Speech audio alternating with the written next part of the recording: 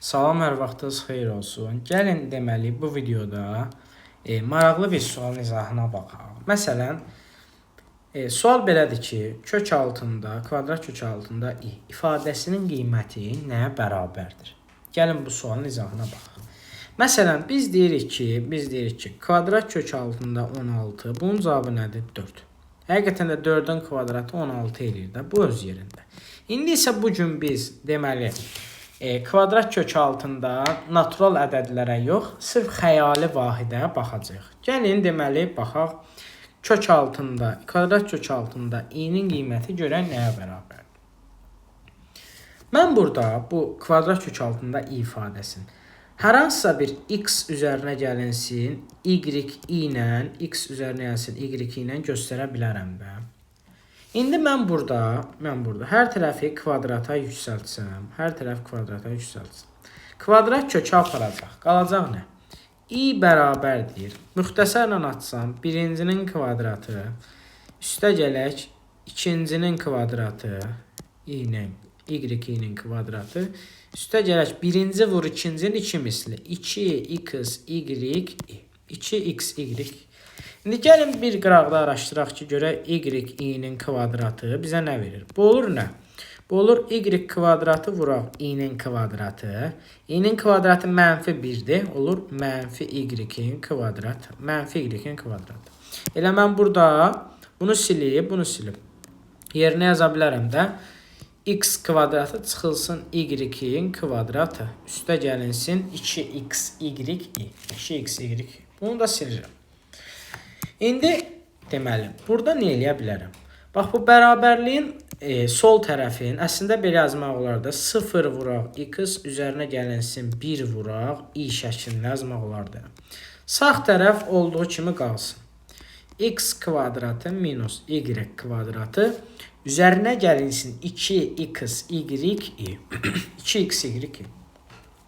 Deməli, biz də demişik ki, iki kompleks ədəd bir-birinə bərabərdirsə, onların həqiqi hissəsinin əmsalları bir-birinə bərabər, xəyali hissəsinin əmsalları da bir-birinə bərabər olur. Gəlin neyini? İndi burada belə nəticə gəlirəm ki, x kvadratı minus y kvadratı bərabərdir 0-a və 2x, y bərabərdir 1-ə. Gəlin belə bir sistem quraq. Sistem olsun ki, x kvadratı minus y kvadratı bərabər olsun 0-a və 2x, y də bərabər olsun 1-ə. Gəlin bu sistemi həll edək. Bu sistemdə mən ikinci sistemdən baxıram ki, y-i tapsam, y nə olacaq ikinci sistemdə? 2x, y bərabərdir 1. Burada y tapsam nə olacaq? Y bərabər olacaq 1 bölünsün 2x-a. 1 bölünsün 2x-a.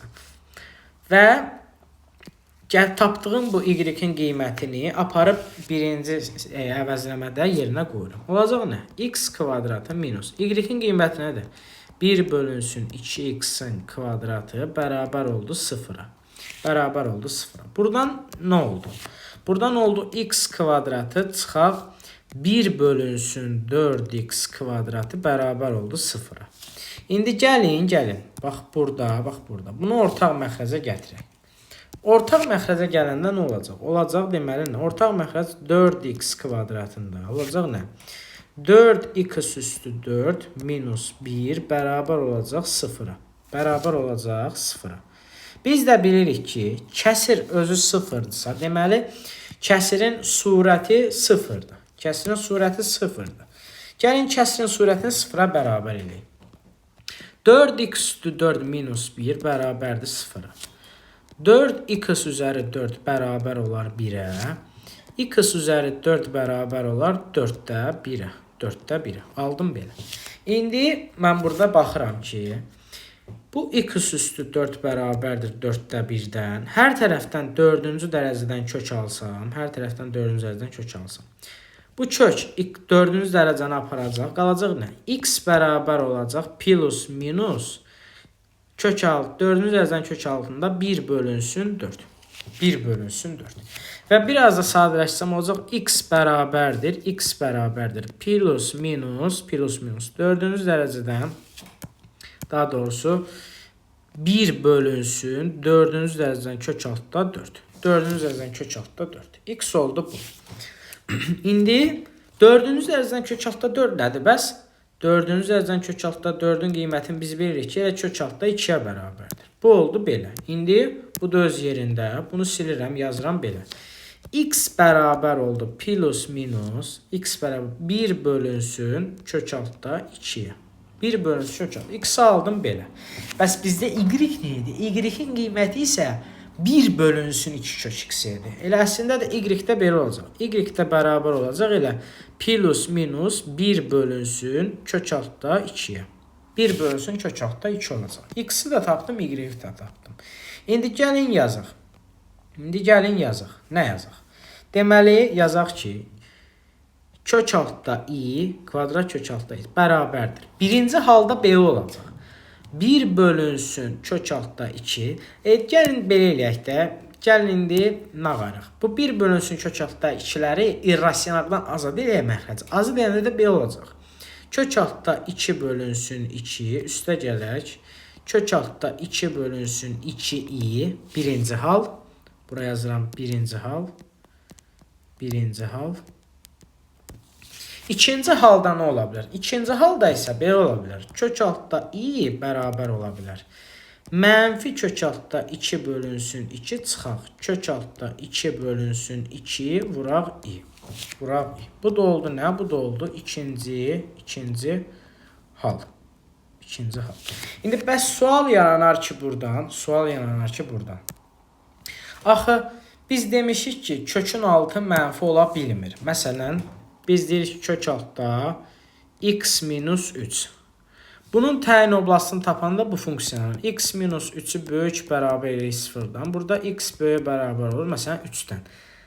İndi kvadrat kökün altında biz demiş ki natural ədəd olanda, bunun təyin oblastı, yəni mütləq kvadrat kökün altı minimum 0 ola bilər. Həqiqi ədədlər çoxluğunda. Amma məsələn, kvadrat kök altında dedim x burada. Deməli, həqiqi ədədlər çoxluğunda r olanda x burada mütləq böyük bərabər olmalıdır 0-a. Yəni r-in elə bil mənfi hissəsini götürmürəm. Amma biz deməli bu videoda xəyali vahiddən danışırıq da, i-dən danışırıq yəni biz. Xəyali ədədlər çoxluğundan danışdığımıza görə, deməli biz elə kökün qiymətin mənfi də götürə bilərik.